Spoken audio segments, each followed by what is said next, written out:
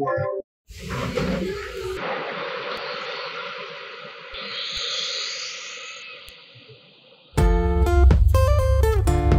ng 5 oras na biyahe, dumating kami sa Pangasinan para mag-breakfast. Another 2 hours yung biyahe papuntang La Union. First item sa itinerary, yung Tangadan Falls sa San Gabriel, La Union. Yun nga lang, sarado yung falls nung mismong araw na nandun kami. Kaya, diretso na kami sa Imuki Island. May 3 areas na pinagdadalhan sa mga turista sa Imuki. First stop, ang mga corals. So nandito kami ngayon sa tinatawag na flat corals. Para siyang malaking rock formation na nasa gitna ng dagat. Pero napapalibutan siya ng mga halaman, parang marsh area. Sa harapan namin, malakas na yung hampas ng alon. Kailangan mag-ingat kasi hindi mo alam, baka madulas ka. Yeah. After sa corals, dinala nila kami sa lagoon. Mas malalim dito kaya pwedeng mag-swimming. Mabato nga lang, kaya masakit sa paa. Ingat din kung lalangoy ka, kasi baka tumama yung ulo mo sa mga rock formations. According to the website of Banlawan Municipality, kahugis raw ng female genitalia ang Imuki Island. Ang pangalang Imuki ay derived sa Uki, which is the Ilocano term for, last but not the least para sa side trip na to, ang mismong Imuki Island. So a few meters mula doon sa lagoon, tsaka doon sa coral formation is itong tinatawag nila na Imuki Island. So mas gusto ko yung surface dito kasi sandy siya. Yun nga lang, hindi ka makakaswimming dito kasi ang babaw. Hindi ko alam kung ganito ba talaga or dahil lang low tide. Pero ayun, kita nyo guys, hanggang ko lang siya. Hanggang sa may shin area ko lang siya. Babaw. Pero yun, yung sand niya is white. Ganda naman. Yan. Ang magagawa mo lang talaga dito is mag-picture. Picture lang. Tsaka ikot-ikot yan. Hindi ka makakaswimming.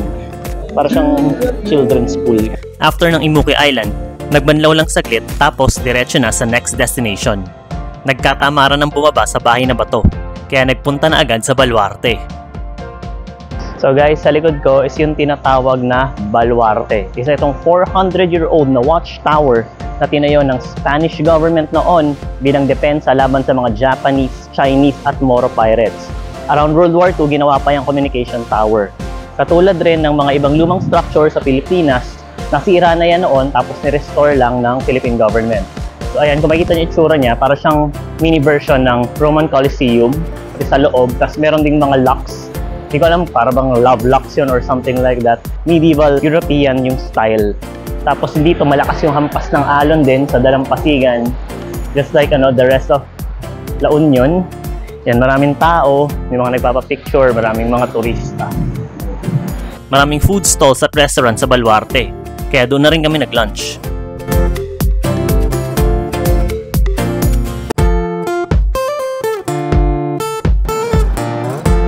So dito guys, sa gitna ng kalsada is yung tinatawag nila na man-made forest. Bakit siya tinawag na man-made? While totoo naman, yung mga puno na nandito, tinanim kasi yan as part of a reforestation project. So makapal na yung mga puno, matataas na rin at nag-meet sila sa top. So nagka-create siya ng illusion na para kang nasa cavern. Isa to sa mga popular na puntahan ng mga turista para magpa-picture. Madalas siya makita sa mga social media sites. Nga lang, dahil nasa gitna siya ng kalsada, make sure na pag nandito ka, maingat ka kasi yung mga sasakyan at maingat ka na huwag kang makaabala.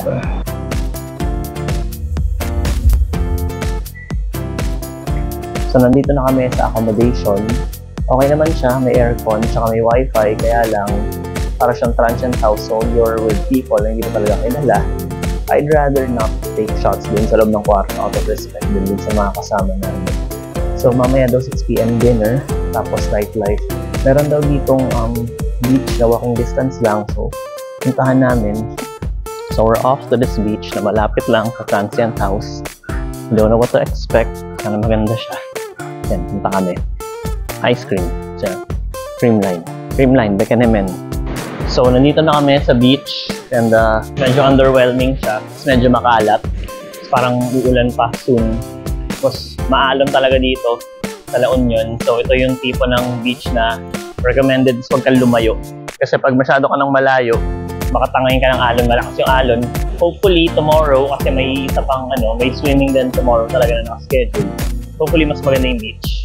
Dahil na-frustrate kami sa beach at bored kami kasi nga 6 PM pa ang next activity, nagmerienda na lang muna kami. Dito ko natikman ang isa sa pinakamasarap na halo-halo at takoyaki.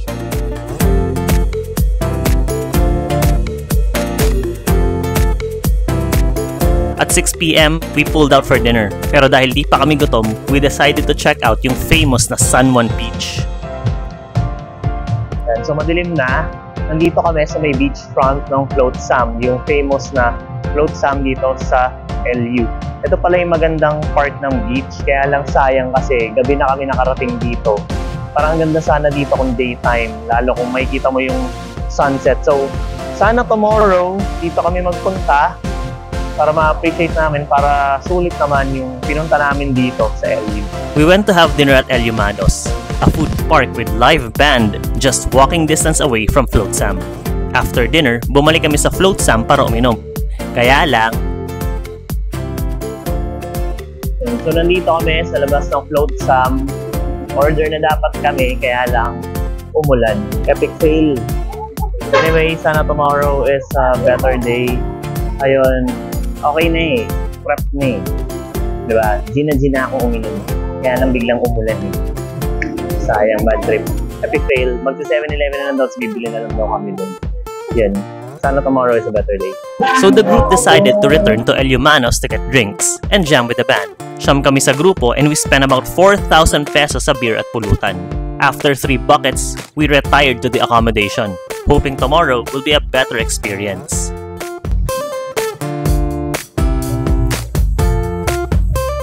Good morning, La Union. Ayan, so nandito na kami sa magandang beach. Bawi sa mga naging hassle kagabi. Kaya lang hanggang 11 lang daw kasi ang check out doon sa accommodations 12. So, ayan, lahat ng gustong gawin na habang nandito. Ayan, medyo makulimlim pa. Ayan, kanya naman. Pero sana, in 30 minutes or maybe 1 hour, makita rin yung araw para mas maganda.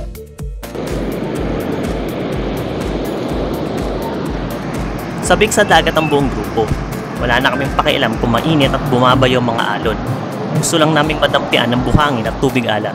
Yan, umaraw na guys. Mas okay na. Mas beach na talaga yung feel. Diba? Mas beach. Yan, ito yung kahapon pa namin inaantay, yung magandang beach. Tapos yung maaraw, yung maganda yung panahon. So yan, yung medyo matao yung kahapon kasi pinuntahan natin is, you know, kung yun naman, nakakatakot kasi parang kami lang yung nandun eh. May mangyari, walang tutulong sa'yo. Tapos yan, yung dito, okay pala. Ganda nung mga itsura dito. Lalo pag umaga yung time. Sinabing kagabi madilim. Yan. True to its reputation, the waves in La Union are massive. Together with Siargao and Baler, La Union is one of the 3 surfing capitals of the Philippines. At dahil first time ko rito, hindi ko palalampasin na subukan ang sport that LU is most known for. For 600 pesos, kasama na ang board, training at assistance ng instructor.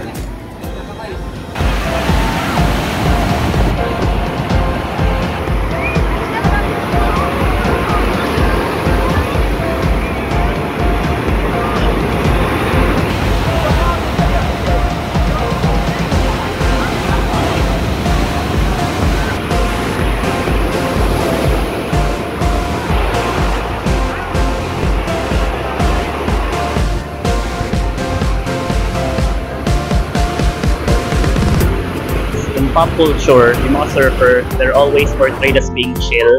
But in reality, surfing is far from a chill sport. Mahirap sumakay sa board, mahirap sumalubog sa alon, hiningal ako ng matindi, mahirap bumalanse. Yung dagat, yung mga alon and all, yung surrounding, magandang tingnan, but they are unforgiving, especially for the uninitiated. Pero masaya, maganda siyang i-try. Kung punta kayo dito sa La Union, I recommend, try nyo siya. Pero makinig kayo na mabuti sa surfing coach nyo. Umalis kami sa beach around 10:30 AM. Sunod na pinuntahan ang Macho Temple. Pero dahil nakasando at shorts ako, hindi na ako pumasok. Nakipicture na lang sa labas. We had lunch at Basta Ihaw. Nag-take out din kami ng halo-halo na overpriced. At 1:41 PM, dumayo kami sa isang grape farm. Ang sistema nila, mamimitas ka, tapos ipapakilo mo yung napitas mo para mapresyohan. Pero mas masarap magkaamats sa mga free taste ng juice at wine. Panalo ang juice at wine dito. Napabili tuloy ako. Around 2:30 PM, dumayo kami sa isang tindahan ng dried fish at sa isang pasalubong center. Pero dahil antok na ako, hindi na ako bumaba. And that concludes our LU adventure. Now, let's calculate ang lahat ng nagastos. 150 pesos para sa breakfast with coffee. Around 41 pesos para sa balsa fee.